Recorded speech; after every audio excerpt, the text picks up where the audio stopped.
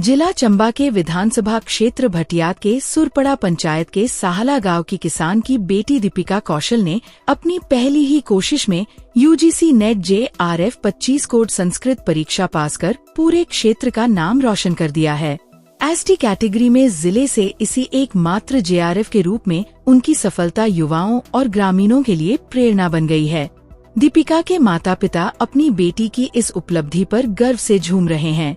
उनके पिता पवन कुमार, जो एक बार प्रधान रह चुके हैं और वर्तमान में किसान हैं, और माता रुमला देवी हैं, जो 4 बार प्रधान पद संभाल चुकी हैं, कहते हैं कि दीपिका हमेशा से पढ़ाई में होनहार रही हैं। उन्होंने कठिन परिश्रम और लगन से यह मुकाम हासिल किया। दीपिका की प्रारंभिक पढ़ाई साहला स्कूल में हुई। इसके बाद उन्होंने संस्कृति यूनिवर्सिटी वेद से उच्च शिक्षा पूरी की और भोपाल से B.Ed और M.Ed की पढ़ाई के दौरान लगातार मेहनत करती रहीं।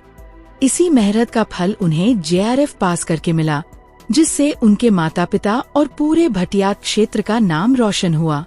दीपिका का सपना अब कॉलेज में प्रोफेसर बनना है। उनकी इस उपलब्धि पर घर और गांव में बधाई देने वालों का तांता लगा है और पूरे क्षेत्र में खुशी की लहर दौड़ गई है। मैं श्री पवन कुमार और श्रीमती रुमला देवी की पुत्री दीपिका कौशल हूँ। मैं मूलतः हिमाचल प्रदेश की निवासी हूँ। हिमाचल प्रदेश में चंबा जिले में एक छोटी सी पंचायत है, सुरपड़ा पंचायत। उस सुरपड़ा पंचायत में एक और भी छोटा गांव है, तला गांव। उस गांव की मैं निवासी हूँ। मानव की आधारभूत आवश्यकता है शिक्षा। उसी शिक्षा को मद्देनजर रखते हुए, उस आवश्यकता को मद्देनजर रखते हुए मेरे पिताजी और माताजी ने मेरी प्रारंभिक शिक्षा तला गांव से ही करवाई और वहीं से ही मैंने अपनी 10वीं तक की शिक्षा को भी पूरा किया। उसके बाद संस्कृत शिक्षा में मेरी रुचि थी, तो संस्कृत क्षेत्र में ही मुझे आगे भी बढ़ना था और इसी को मद्देनजर रखते हुए पिताजी ने भी मुझे संस्कृत क्षेत्र में डाला। अब प्रश्न ये था कि संस्कृत का अध्ययन कहाँ होता है, गुरुकुलों में होता है या अन्य किसी क्षेत्र में होता है, लेकिन भारत हमें ज्ञान नहीं है। भारत की एक बहुत बड़ा विश्वविद्यालय है, केंद्रीय संस्कृत विश्वविद्यालय।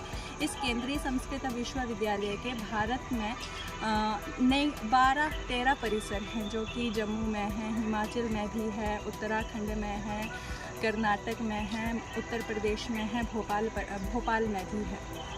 तो हिमाचल प्रदेश में एकमात्र परिसर था केंद्रीय संस्कृत विश्वविद्यालय वेद व्यास परिसर। वहाँ से +1 से लेकर के PhD तक संस्कृत माध्यम से ही अध्ययन कराया जाता है।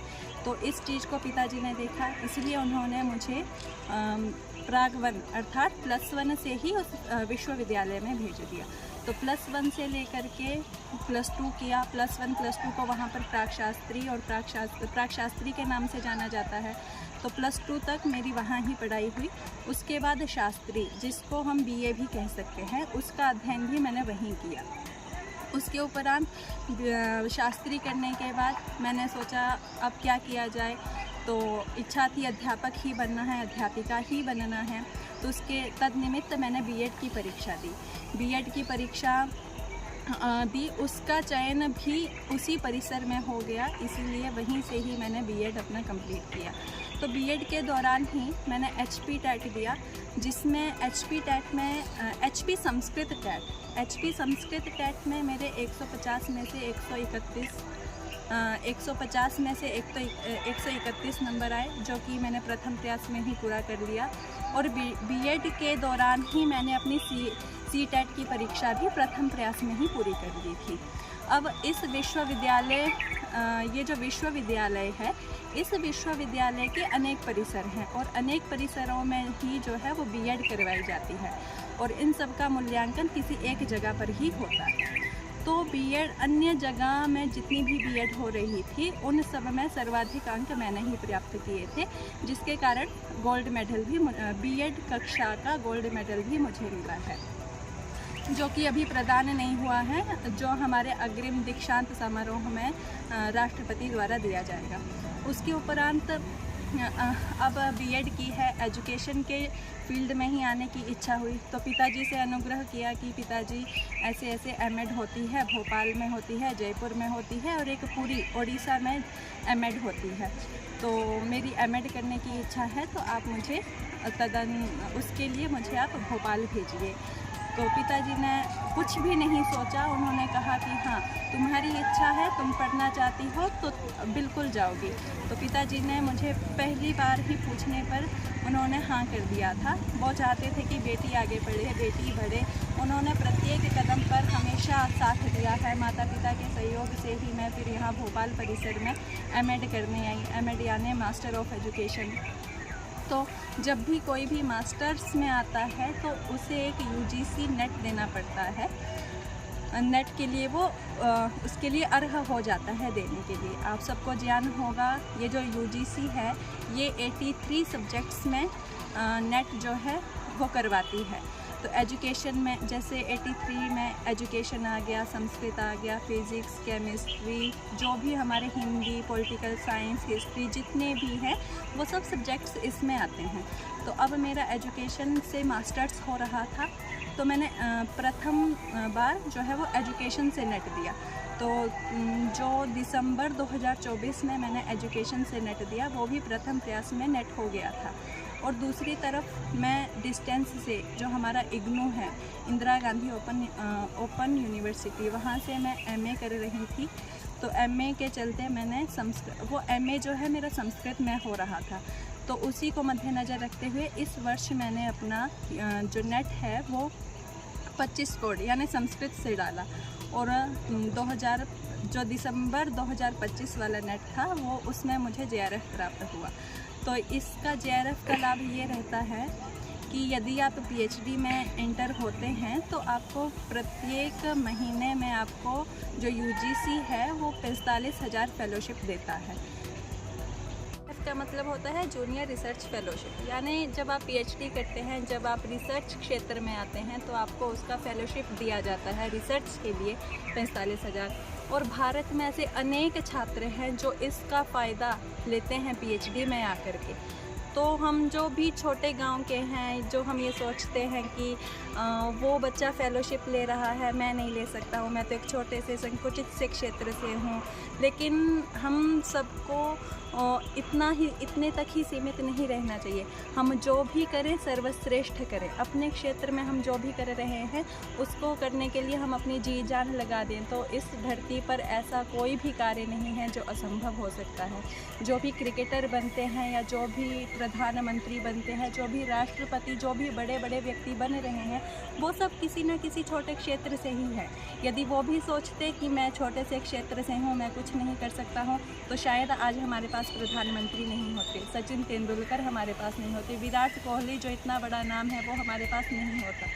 तो अपने आप को कम ना आंकते हुए हमें हमेशा प्रयासरत रहना चाहिए, परिश्रमरत रहना चाहिए। और सबसे बड़ी बात, प्रभु पर हमेशा विश्वास रखते हुए, माता पिता की बातों को ध्यान में रखते हुए, ये जो भी है, जो भी हम कर रहे हैं माता पिता के लिए कर रहे हैं, इस बात को यदि हम ध्यान में रखेंगे तो हम कभी भी पथ भ्रमित नहीं होंगे। आज का युवा थोड़ा सा पथ भ्रमित हो जाता है, नशे इत्यादि में पड़ जाता है, लेकिन यदि वो सोचे कि मुझे भगवान ने क्यों बनाया है, मैं इस धरती पर क्यों आया हूँ, इन सब बातों को ध्यान में रखते हुए यदि वो चलेगा तो कभी भी पथ भ्रमित नहीं होगा। तो सभी मेरी भाई और बहनों से यही विनती है कि वो सब भी अपनी शिक्षा के क्षेत्र में आगे बढ़े। यदि वो खेल के क्षेत्र में है तो खेल के क्षेत्र में आगे बढ़े और अपने भारत का, अपने ज़िले का ही नहीं, अपने भारत का नाम रोशन करें। जयतु संस्कृतम, जयतु भारतम, जय श्री राम। मैं पवन कुमार गाँव तला डागर स्मोट सिंह का जिला चंबा का स्थायी निवासी हूँ। मेरी बेटी दीपिका कौशल ने नेट जेआरएफ निकाल कर समय उत्तीर्ण हुई है और हमें बहुत ही खुशी है कि एक छोटे से गांव बैकवर्ड क्षेत्र की बिटिया ने पूरा नाम रोशन किया है।